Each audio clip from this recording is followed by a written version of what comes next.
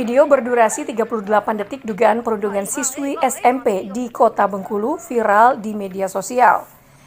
Dalam video tersebut terlihat seorang siswi yang diduga menjadi korban perundungan mendapat tindak kekerasan fisik oleh salah satu temannya sambil disaksikan siswi lainnya. Para pelajar tersebut merupakan siswi SMP Negeri 9. Menurut pihak sekolah, peristiwa tersebut terjadi di luar lingkungannya dan pada saat pulang. Selain itu, sekolah juga membantah peristiwa tersebut merupakan perundungan, melainkan perkelahian biasa karena kesalahpahaman semata. Ini kan kejadiannya di luar jam sekolah dan di luar lingkungan sekolah. Jadi kita sebagai pihak sekolah akan memfasilitasi dan memediasi bagaimana caranya mereka itu berdamai. Sebenarnya sudah berdamai, tapi karena ada keviralan video, jadi mau dikonfirmasi lagi. Ini saya mau diselesaikan mediasi dari pihak sekolah ke Polsek Bulu Segara. Jadi biar anak-anaknya juga ada shock terapi buat mereka juga seperti itu. Bu, untuk permasalahannya apa ini Bu? Kalau permasalahannya ini sebenarnya bukan bullying, tapi hanya permasalahan sedikit saja. Pasca viral, pihak sekolah telah memediasi wali murid yang menjadi korban dan pelaku.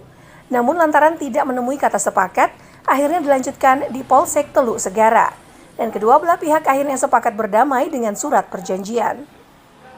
Ini tanggal hari Selasa, tanggal 31 Januari 2023, permasalahan anak-anak yang sempat viral, itu anak-anak kita di salah satu sekolah menengah tingkat pertama negeri di Kota Bengkulu ini kita selesaikan secara lancar, baik, dan tercapai kemupakatan untuk sama-sama menyadari akan kekhilafan dan kesalahannya masing-masing.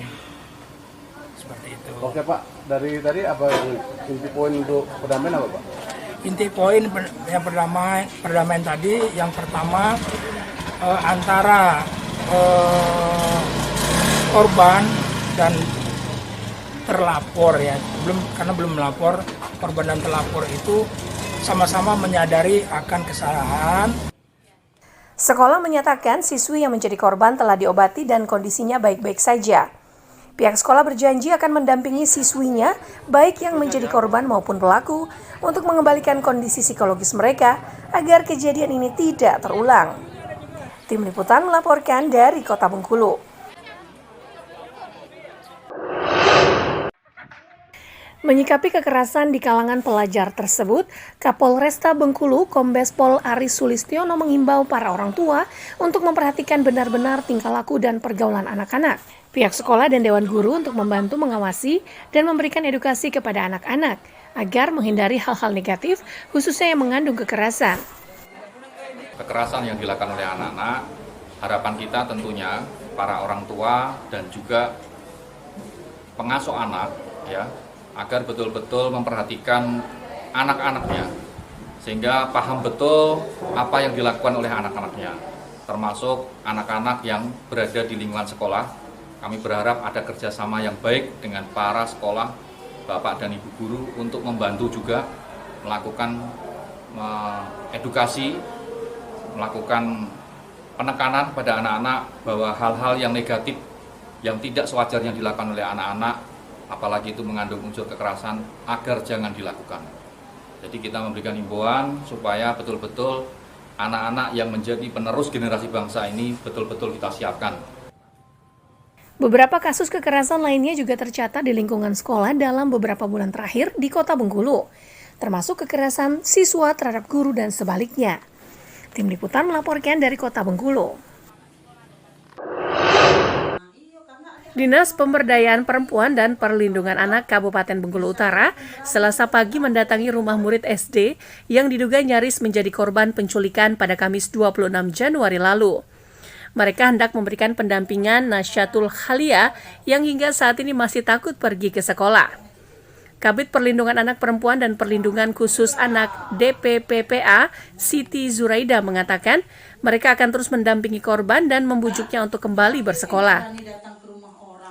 Sudah sempat mengunjungi ke rumah korban percobaan penculikan. Alhamdulillah melihat anaknya sudah ada perubahan, mungkin dari pemberitaan kemarin yang sepertinya ketakutan dan trauma.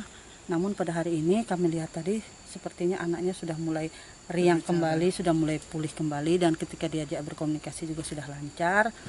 Dan memang beberapa hari kemarin termasuk hari ini si anak belum berani bersekolah, tapi setelah kami adakan pendekatan tadi dengan anaknya, mungkin besok dia berjanji akan kembali sekolah seperti biasa. Dan memang sepertinya anak ini betul-betul anak yang cerdas, anak yang pintar, sehingga ketika dia bertemu dengan orang yang tidak dia kenal, dia mempunyai rasa waspada yang tinggi sehingga apapun yang ditawarkan tidak diambil, kemudian dia berusaha untuk mencari pertolongan. Saya rasa kalau bukan anak cerdas, mungkin dia tidak akan berlaku demikian, dan itu yang menggagalkan penculikan. Dugaan penculikan tersebut dialami Nasyatul saat hendak pergi ke sekolah pada Kamis pagi. Ia ditawari permen oleh pria tak dikenal yang menggunakan sepeda motor dan menggunakan penutup kepala. Beruntung saat kejadian, korban yang takut berteriak dan lari meminta pertolongan warga. Tim Liputan melaporkan dari Bengkulu Utara.